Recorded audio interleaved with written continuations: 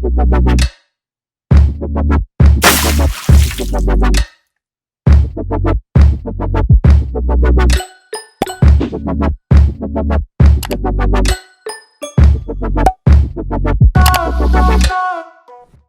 j'espère que vous allez bien. Je suis la fondatrice de Zia, la méthode accélérée et antiscolaire pour apprendre l'anglais en 3 mois sur ziazoué.com.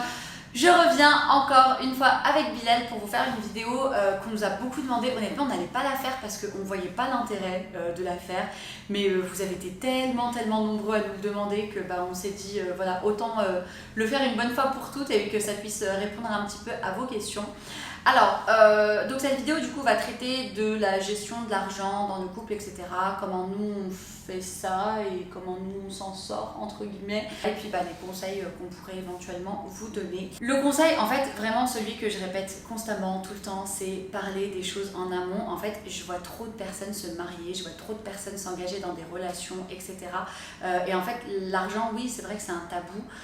Mais ça devrait pas l'être en fait, et le truc c'est que vaut mieux aborder une question taboue là maintenant que c'est possible, plutôt que de vous retrouver dans des conflits qui vont peut-être causer votre séparation. L'argent, ça peut causer la séparation, ça peut causer une vie toxique en fait, hein. Ça peut vraiment transformer la vie en enfer pour certains.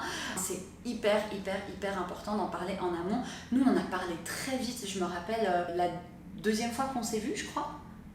Ouais, il me semble que c'était ça. En gros, on en avait parlé et Bilal m'avait dit, moi je considère pour des raisons religieuses que c'est à moi de subvenir aux besoins du foyer. Honnêtement, j'avais pas pensé à la question avant qu'il l'aborde. J'étais pas fermée à l'idée de... Enfin, en fait, j'avais même pas forcément réfléchi. Je m'étais jamais dit qui va dépenser quoi ou quoi que ce soit. Et en fait, c'est lui vraiment spontanément qui m'a dit, pour des raisons religieuses évidentes, c'est à moi, enfin c'est mon rôle en fait, c'est mon devoir que de m'occuper du foyer tout simplement. T'as quelque chose à ajouter de ce côté-là ? Non. Non, je pense que c'est assez clair. Concrètement, si on prend le rôle de la femme et de l'homme dans l'islam, chacun a un rôle bien spécifique, avec des obligations religieuses attenantes à ce rôle-là, et il est attendu de l'homme qu'il subvienne aux besoins du foyer. C'est ça. Et le truc, c'est que en fait, on parle tout le temps de la femme en islam qui est oppressée, qui est ci, qui est ça, sauf que dans la réalité, c'est à l'homme en fait de subvenir aux besoins de son foyer, et la femme, en fait, son argent, c'est son argent. C'est-à-dire que en fait, l'homme n'est pas censé demander quoi que ce soit. Si elle veut partager son argent, si elle veut participer, si elle peut le faire. Mais, et elle en est récompensée. C'est-à-dire qu'en fait, l'homme a l'obligation de le faire. S'il ne le fait pas, il est dans le délaissement de ses obligations. Mm-hmm. Si la femme veut participer, c'est du plus. On est sur YouTube, on n'est pas savant, ne prenez les mots de personne pour argent comptant, ne prenez rien de ce qu'on dit pour argent comptant. Renseignez-vous auprès de personnes plus savantes. C'est ça, voilà, nous on vous dit ce qu'on estime savoir, ce qu'on a compris, etc. Exactement. Voilà, on n'est pas savant, donc vraiment, que ce soit nous, vraiment j'insiste, que ce soit nous ou quelqu'un d'autre, ne prenez jamais les enseignements religieux d'une personne qui n'est pas savante pour argent comptant. Voilà, donc nous c'est vraiment ça qui nous a poussé au départ. Par contre, je sais qu'on est aussi regardé par beaucoup de non-musulmans, etc. C'est vraiment vous et votre fonctionnement. Voilà, il n'y a pas besoin de fonctionner comme nous pour qu'un foyer fonctionne de manière parfaitement stable et parfaitement ordonnée. Si je devais résumer la conclusion de cette vidéo, il existe autant de configurations qu'il existe de personnes et de couples. Concrètement, l'essentiel c'est de discuter avant et de trouver une solution qui convient aux deux et qui évitera les problèmes futurs. D'anticiper aussi à l'avance les différents problèmes qui peuvent arriver, parce que la gestion de l'argent, ça peut impacter énormément de choses et ça peut être impacté par énormément de choses. En fait, faites des simulations. Genre par exemple, posez-vous, donc vous avez déterminé ce qui allait fonctionner pour vous, etc. Quel système vous alliez employer. Et encore une fois, il n'y a pas de bon ou de mauvais système. C'est vraiment vous et ce que vous souhaitez faire. Mais vraiment, envisagez différents scénarios possibles. Par exemple, si vous avez prévu tous les deux de mettre de l'argent de côté tous les mois, imaginons par exemple que vous avez comme projet commun d'acheter une maison. Donc vous avez décidé de mettre telle somme tous les mois. Qu'est-ce qui se passe si par exemple il y en a un qui doit acheter un téléphone ou a une urgence ou qui perd son emploi et qui du coup va pas pouvoir mettre l'argent en question? Qu'est-ce qu'on fait? Comment on gère? En fait, vraiment essayez de vous poser avec la personne et vraiment faire des simulations, vous demander ok, qu'est-ce qu'on fait dans ce cas-là, qu'est-ce qu'on fait dans ce cas-là, qu'est-ce qu'on fait dans ce cas-là. vraiment le secret de la réussite de la gestion financière dans le couple, c'est pas un système précis, c'est la détermination du système en lui-même, c'est-à-dire le fait d'en avoir bien parlé en laisser de la flexibilité et une marge aussi d'évolution et d'erreur. Yep. Un exemple, vous décidez que l'un ou l'autre reste à la maison pour s'occuper des enfants et que l'autre va travailler. Si l'autre en question a un accident de travail et du coup perd une grosse partie de son revenu et n'a plus que quelques allocations pour subvenir aux besoins du foyer, qu'est-ce que vous faites? Est-ce que c'est cette personne-là qui va rester à la maison? Est-ce que l'autre va travailler? Est-ce que vous trouvez une autre solution? Vous faites pas. C'est ça en fait, c'est rester flexible et pouvoir s'adapter. Ouais, nous en fait, ce qui a été décidé en gros, c'est que Bilal m'a dit voilà, donc moi je veux prendre vraiment en charge toutes les dépenses fixes, etc. Je veux subvenir aux besoins du foyer, donc en gros payer le loyer, les factures, les courses, etc. Mais après honnêtement, on ne s'est pas non plus enfermé, c'est-à-dire que voilà, si c'est moi qui vais au supermarché un jour, bon par miracle parce que j'y vais jamais, voilà, si c'est moi un jour qui vais au supermarché, bah voilà. C'est une aventure pour toi. Ah ouais, voilà, je paye et je me casse pas la tête. Enfin voilà, moi c'est quelque chose qui me dérange pas, c'est un truc qui nous convient. Moi par exemple, j'adore offrir des voyages, c'est un truc, c'est ma passion. J'aime offrir des. Je trouve que c'est le meilleur cadeau qu'on puisse faire à quelqu'un. C'est un voyage plutôt que de lui offrir un objet ou quelque chose comme ça. Donc par exemple, voilà, moi j'aime bien offrir des voyages et du coup, c'est quelque chose qui ne dérange pas Bilal à partir du moment où voilà. Lui, ce qu'il veut, c'est subvenir aux besoins du foyer, mais voilà, il ne m'interdit pas de faire des cadeaux non plus. Voilà. C'est important qu'on puisse continuer à le faire, surtout quand c'est un voyage et que c'est même pas un bien matériel ou quoi que ce soit, donc c'est encore mieux.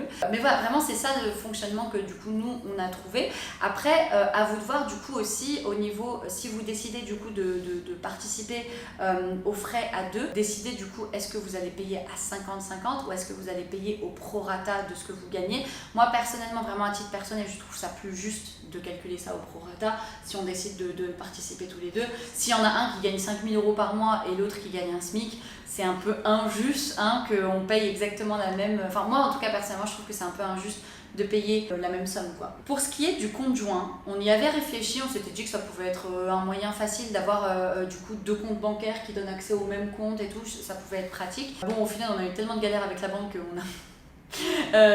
on avait couru après Boursorama pendant je sais pas combien de temps et ils étaient super incompétents. Enfin bref, au final, on a laissé tomber, surtout qu'on s'est rendu compte qu'on n'en avait pas tant besoin que ça. Parce qu'au départ, c'était fait pour que si c'est moi qui vais faire les courses ou un truc comme ça, en gros que je puisse utiliser la carte du conjoint.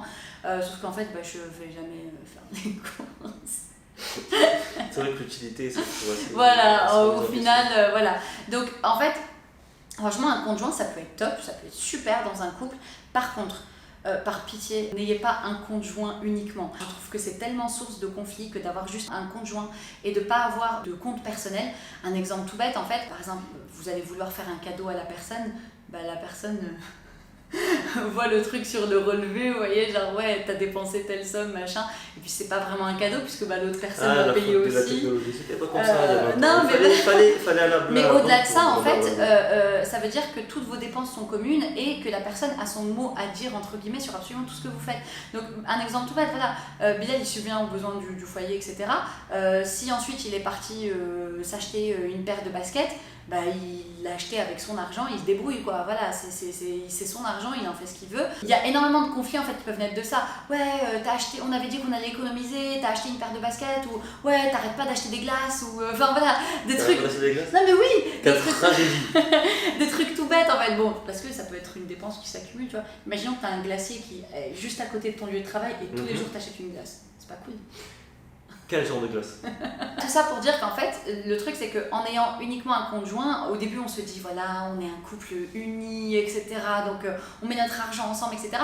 L'intention est bonne, mais ensuite les répercussions peuvent être dramatiques parce que la personne a son mot à dire sur absolument tout ce que vous dépensez. Donc des fois on se retrouve à avoir des disputes qui n'ont pas de sens.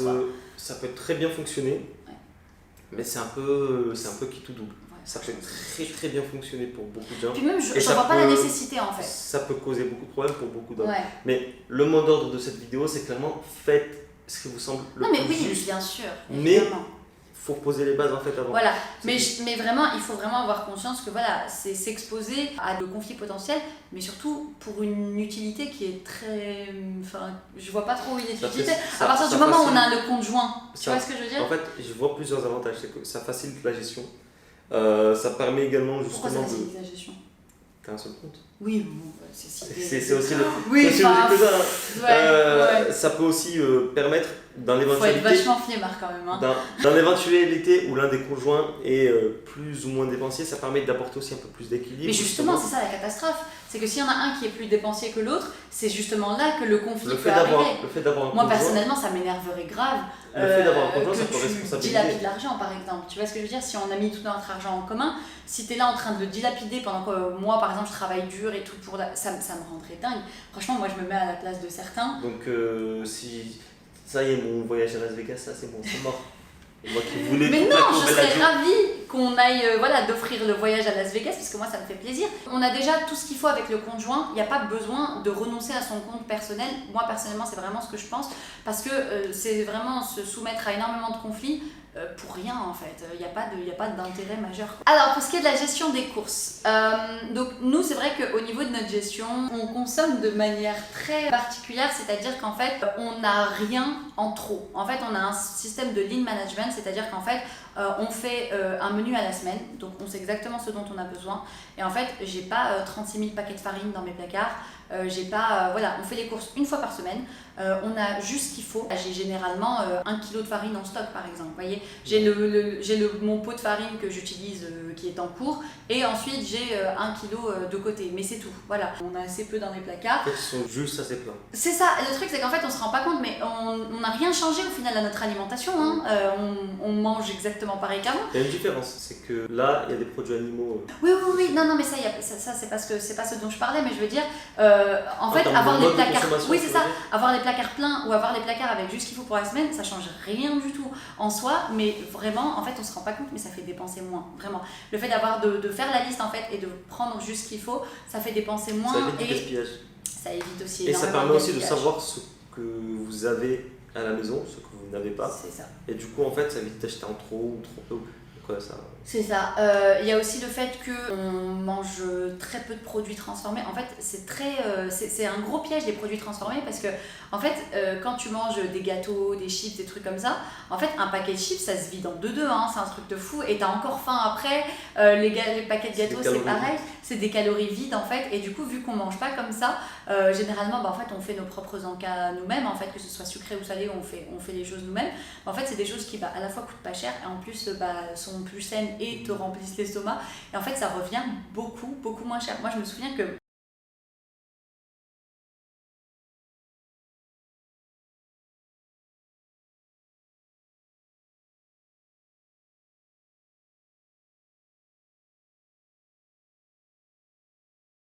quand j'avais dit à ma mère combien on dépensait pour les courses, elle me croyait pas. Mais vraiment, elle me disait ah non, t'as fait une erreur dans tes calculs, c'est pas possible. Du coup, je me souviens le mois suivant, je lui ai ramené les tickets de caisse, je lui ai dit regarde ce qu'on consomme. Et pourtant, on consomme pas forcément les produits les moins chers. C'est-à-dire que quand on était en France, le vinaigre est devenu notre meilleur ami. Franchement, il faut que plus de gens utilisent le vinaigre. C'est trop bien. En fait, vinaigre et bicarbonate de soude, ces deux trucs-là sont magiques. De base, nous, on n'avait pas changé du tout pour une question économique. Hein, on n'avait pas changé pour économiser de l'argent. On avait changé pour avoir des produits plus sains, etc. Et en fait, des produits plus efficaces. Vraiment, il y a des taches, par exemple, que j'arrivais pas à enlever avec les produits classiques. Et puis, tu mets du vinaigre, du bicarbonate de soude, et boum, ça enlève tout. Enfin, bref. Donc, on dépense aussi beaucoup moins pour des produits ménagers. Donc, de manière générale, ce qu'il faut retenir pour les courses, c'est que on a un fonctionnement en lean management. On a que ce qu'il nous faut pour la semaine dans nos placards. On mange très peu de produits transformés. C'est vraiment très exceptionnel, très rare. Et on utilise beaucoup moins de produits ménagers. On a remplacé par des produits plus naturels, etc. Donc, en fait, vraiment, niveau courses, on dépense très peu.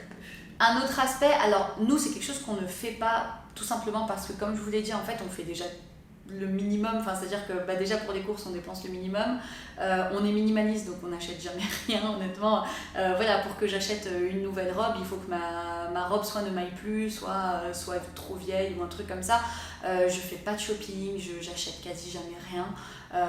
Généralement. Une angoisse, Non, une angoisse des magasins. Oui, en plus, voilà, je déteste les magasins, tout ça. Enfin voilà, on est tous les deux minimalistes. Enfin voilà, on dépense vraiment le minimum. Les seules choses sur lesquelles éventuellement on dépense, c'est les voyages, mais vraiment c'est tout. Bah voilà, c'est quelque chose qu'on fait pas, mais je pense que c'est vraiment très important de faire le point de temps en temps, voir un petit peu voilà, où est-ce qu'on en est économiquement parlant, voir où est-ce qu'on peut du coup faire mieux, etc. Je pense que ça peut vraiment aider. Ça nous est arrivé avec Bilal de décortiquer un petit peu des tickets de caisse et de se rendre compte par exemple qu'il fallait qu'on change certaines choses. Ouais. Mais voilà, franchement, faites régulièrement le point, voyez un petit peu général, sur quoi vous pouvez vous améliorer. En général, c'était surtout les rares produits transformés. Voilà. On se rendait compte que c'était ce qui faisait, c'était ce qui faisait monter la note et que très souvent on pouvait soit s'en passer, soit trouver des alternatives. Ouais. Et en plus, ça permet d'être encore plus proche en tant que couple en fait. C'est-à-dire que voilà, c'est pas toi tu gères ton argent de ton côté, moi je gère mon argent de mon côté, et puis c'est chacun son argent. Et voilà. On est une équipe en fait. On est une équipe, on est partenaires. Voilà, du coup, boum, on gère absolument, voilà, on gère tout ensemble. Et du coup, le fait de faire le point ensemble, c'est quelque chose pareil qui va promouvoir en fait votre complicité et puis votre sens de l'esprit d'équipe. Je sais pas trop, je sais pas ce que je raconte. Non mais oui, c'est important de faire le point aussi ensemble. Alors, surtout dans le cas où vous avez un projet commun, par exemple acheter une maison, ça peut être très important de savoir où vous en êtes, et d'autant plus si vous avez un compte commun. Ah oui, là, il faut éplucher ça. Il faut régulièrement se poser et discuter avec exactement. Alors, faites-vous des achats sans consulter l'autre? Non. Ouais, bon déjà on achète très peu, en plus on aime bien demander l'avis de l'autre, donc du coup ouais, c'est très très rare qu'on fasse un achat, je me souviens, ouais bon déjà pour qu'on achète un truc, faut... là déjà on achète très peu, mais en plus ouais non on aime bien demander l'avis de l'autre, donc non on fait jamais d'achat sans consulter l'autre. Ouais. Après ça pourrait être quoi? Attends, un achat sur lequel je te consolerais pas, ce serait... faudrait vraiment que ce soit quelque chose de très personnel. Ouais, mais même généralement, tu me parles de tout. Tu sais, tu me dis, ouais, j'ai trouvé un truc cool. Tu vois, comme ça, de but en blanc, ouais, je ne vois pas. Je pense pas. Hein. Même moi, j'aime trop lui demander son avis, lui dire, ouais, j'ai trouvé ce truc et tout. Bon, moi, en général, c'est aussi pour lui demander son avis, genre, est-ce que tu penses que je devrais l'acheter parce que je veux pas acheter un truc et le regretter après. Alors, est-ce que vous mettez de l'argent de côté ensemble? Comme on l'avait expliqué, on a des projets communs, donc forcément, du coup, il y a de l'argent commun qui est mis ensemble. On a nos propres projets personnels, pareil, du coup, on met de l'argent de côté ensemble. On a demandé qu'est-ce que vous faites pour l'épargne de chacun avant le mariage, en gros l'épargne que chacun avait avant le mariage. Faut savoir un truc, c'est que dans notre mariage en fait on ne cherche pas à savoir ce qu'a l'autre en fait. C'est-à-dire que voilà, Bilal, à partir du moment où il subvient aux besoins de son foyer, où il subviendra, Inch'Allah si Dieu le veut, aux besoins de ses enfants, etc., j'en ai rien à faire de ce qu'il a sur son compte, vraiment, je sais pas en fait. Si à un moment donné, je sais pas, je suis sur son téléphone et puis je tombe par hasard sur son compte, voilà, j'aurais vu, mais ça m'intéresse pas en fait, je vais pas aller chercher à savoir ce qu'il a, machin, ça m'intéresse absolument pas. Lui, pareil, parfois on va parler un peu de chiffre d'affaires de l'entreprise, ou trucs comme ça, donc il va savoir, mais il s'en fiche en fait, il en a vraiment rien à faire en fait. Donc voilà, à partir du moment où, en fait, voilà, il subvient aux besoins du foyer, tout ça, honnêtement, savoir ce qu'il a. Mais encore une fois, c'est vraiment propre à nous. Hein. Si vous avez décidé, bien sûr, voilà, bien si sûr. vous avez décidé que vous alliez, vous tenir au courant de l'état de vos finances, libre à vous, bien sûr. Encore une fois, on revient à la communication au début. C'est ça, la communication dès le Poser début. des bases. C'est ça. Quelles sont les règles? Attends, rends mon bras. Être clair, net et précis. Et se tenir en fait à ce que vous avez mis en place. Voilà, tout simplement. Donc honnêtement, je veux pas savoir combien d'argent il a sur son compte, je veux pas savoir s'il avait de l'épargne avant, enfin voilà. Tant qu'il avait pas de dette, ça me va. Honnêtement, c'est tout. Alors, qui paye l'électroménager? Alors, c'est Bilal qui avait meublé du coup tout l'appartement. Donc, voilà. Les voyages. Alors encore une fois, on va dire exactement la même chose, mais encore une fois, ça va dépendre vraiment de vous. Moi personnellement, ça me rend heureuse d'offrir un voyage. Vraiment, c'est quelque chose que j'aime trop faire. Donc là, pour l'instant, on n'a pas encore eu l'occasion d'en faire beaucoup avec Bilal. Je lui avais offert du coup, pour 2 ans d'affilée, je lui avais offert des week-ends. Donc on avait fait un week-end à Londres et un week-end à Rome, voilà. Donc j'avais offert ça pour son anniversaire. Et puis récemment on a fait un voyage, il y avait notre voyage de noces forcément, là du coup c'est lui qui a tout payé pour le voyage de noces, On a eu du coup récemment un voyage aux États-Unis. Et là, tout le monde a un peu mis. Là on a fait un voyage de groupe, hein, donc c'était un voyage à 5. Et là, en fait, tout le monde a un peu mis de sa poche pour participer. C'est moi qui avait apporté le socle commun, parce que comme je vous l'ai dit, j'adore payer les voyages, donc voilà. C'est moi qui, du coup, avait acheté les billets d'avion, réservé les logements, etc. Mais du coup, ensuite, tout le monde a mis un peu de sous pour participer, etc. Nous, notre fonctionnement à nous, c'est que moi, je préfère payer. Voilà, je préfère payer parce que ça me fait grave plaisir. Après, des fois, on est sur place. Par exemple, quand j'avais offert les week-ends, tout ça, et je sais pas, on allait prendre une glace ou quoi, du coup, voilà. En général, c'est celui qui a le porte-monnaie le plus accessible qui paye. Voilà, donc nous, on se prend pas trop la tête de ce côté-là, mais parce que voilà, c'est quelque chose qui nous importe peu. Mais de votre côté, parlez-en, c'est important. Donc voilà, moi personnellement, je veux payer les voyages, c'est quelque chose que j'aime faire, c'est quelque chose que, voilà, qui me tient à cœur. Mais on aurait pu aussi avoir un système où, par exemple, l'un paye le billet d'avion, les hébergements, et puis l'autre paye les dépenses sur place. Ou alors on fait tout moite-moite. Voilà, bon, ça c'est un truc que j'aime pas trop, mais bref, voilà. C'est aussi une possibilité. Mais voilà, pour les voyages, on s'organise plutôt comme ça, que ce soit avec ma famille ou avec Bilal. J'aime trop offrir des voyages. Voilà. C'est ta grande passion. C'est ma grande passion. Non, franchement, je trouve que c'est le meilleur cadeau au monde, en fait. J'aime trop, je trouve ça trop bien. Je veux jamais offrir, je sais pas, un objet, du parfum, une montre, machin, quitte à pas dépenser non plus une fortune, au moins un week-end. Mais ouais, j'aime trop. Le truc vraiment important à garder à l'esprit, c'est déjà chacun son fonctionnement. Il n'y a pas de fonctionnement fixe qui fonctionne mieux qu'un autre. Et surtout, par pitié, ne vous dites pas on verra. Ne vous dites pas ça. Je sais que ça peut être ennuyeux, je sais que ça peut être tabou, etc. Ne vous dites pas on verra sur le moment. Ne soyez pas sur votre petit nuage de petit couple amoureux au début et puis vous n'avez pas envie de gâcher le truc en posant des questions, etc. Parce que c'est après que ça va être gâché. Hein. C'est quand les problèmes vont commencer à arriver. Voilà, nous, l'argent n'est jamais une question dans notre mariage. Enfin, voilà, franchement, ça se pose même pas. Parce que du coup, on a trouvé le système qui fonctionnait pour nous. Posez-vous et faites des simulations, imaginez différentes scènes, imaginez différentes situations, etc. Et voyez, voilà, jaugez un petit peu comment est la personne en face, parce que du coup, ça peut dépendre énormément. Si par exemple, je sais pas, vous êtes dans un couple où l'homme est très frugal, entre guillemets, et puis la femme est très dépensière, je pense qu'il faudra du coup trouver un système en fonction, parce que ça, pareil, ça peut vraiment causer énormément de problèmes. Nous, on a le même mode de fonctionnement, donc voilà, on a trouvé ce qui nous allait. Et voilà, c'est tout pour cette vidéo, j'espère qu'elle vous aura plu. Si c'est le cas, n'oubliez pas de la liker, de la partager et de vous abonner. N'oubliez pas non plus d'activer la petite cloche pour être prévenu de toutes les prochaines vidéos. Quant à nous, on vous dit à très bientôt sur theazoué.com. Bye.